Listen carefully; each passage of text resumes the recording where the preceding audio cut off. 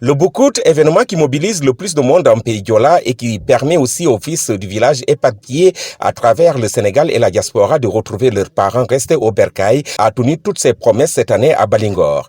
Plusieurs milliers de personnes venues également des villages environnants et des autres localités du pays ont élu domicile dans les quartiers de Baléo, Balimban, Etekom, Kaour, Kabaline, Bakinte, Dianag, Djirokir et Kindion. Et comme le veut la tradition en de pareilles circonstances, Balingor a sorti l'essentiel de son épargne, bétail, riz, entre autres, pour célébrer ce moment si important d'initiation de ses fils. D'accueil, de réception des invités qui nous viennent de partout. Donc, en tout cas, un étudiant pouvait s'intéresser à ce beaucoup, ces aspects positifs. Ces aspects peut-être négatifs, je n'en connais pas, mais il faut chercher.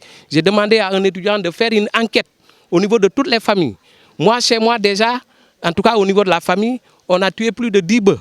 Et vous multipliez par des milliers de familles. Ce n'est pas des quartiers. Chaque famille. Mais ce qui est important, au-delà de la teranga que nous faisons aux étrangers, en tout cas aux gens qui sont venus répondre à notre invitation, au-delà de ça, alors il y a un aspect positif qui fait que des familles qui se sont dispersées, des familles qui se sont séparées pour une raison ou pour une autre, se retrouvent aujourd'hui. Parce que les gens sont obligés de se retrouver. Mais je dis, quelles que soient les folles dépenses qu'on a faites, on n'a pas senti ça. Parce qu'on l'a préparé depuis plus de 5 ans maintenant, par des cotisations. Et pour chaque catégorie. Après cet exercice de démonstration de générosité et de manifestation de la grandeur, de l'importance de l'événement, tout le monde s'est mobilisé pour accompagner les futurs initiés dans le bois sacré. C'était le samedi dernier.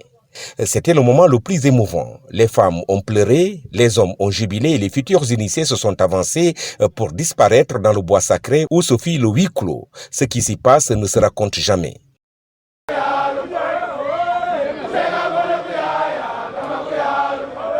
Ces milliers de jeunes garçons du village de Balingor ont séjourné pendant une semaine dans le bois sacré avant d'en sortir ce samedi. Dans ce lieu mystique, ils ont prêté le serment de mourir avec ce secret. Khalifa Sané, issu de la famille Gitango de Balimban. Changement, il y a un changement, c'est un autre Khalifa et voilà. Et aussi il y a des enseignements que j'ai pu tirer là au bois sacré. Sérieusement, c'est un secret à garder, avoir la famille, épouser une femme, avoir la famille et ne pas les transmettre. C'est juste de les initier aussi, les amener au bois sacré, de leur dire, ah, c'est ça. C'était ça le secret. Et vous aussi, c'est à vous de le garder aussi. Bon, je me nomme Mohamed Diouf. Je suis né à Dakar, mais bon, j'ai fait mes études à Saint-Louis. C'était un peu compliqué, c'était un peu difficile.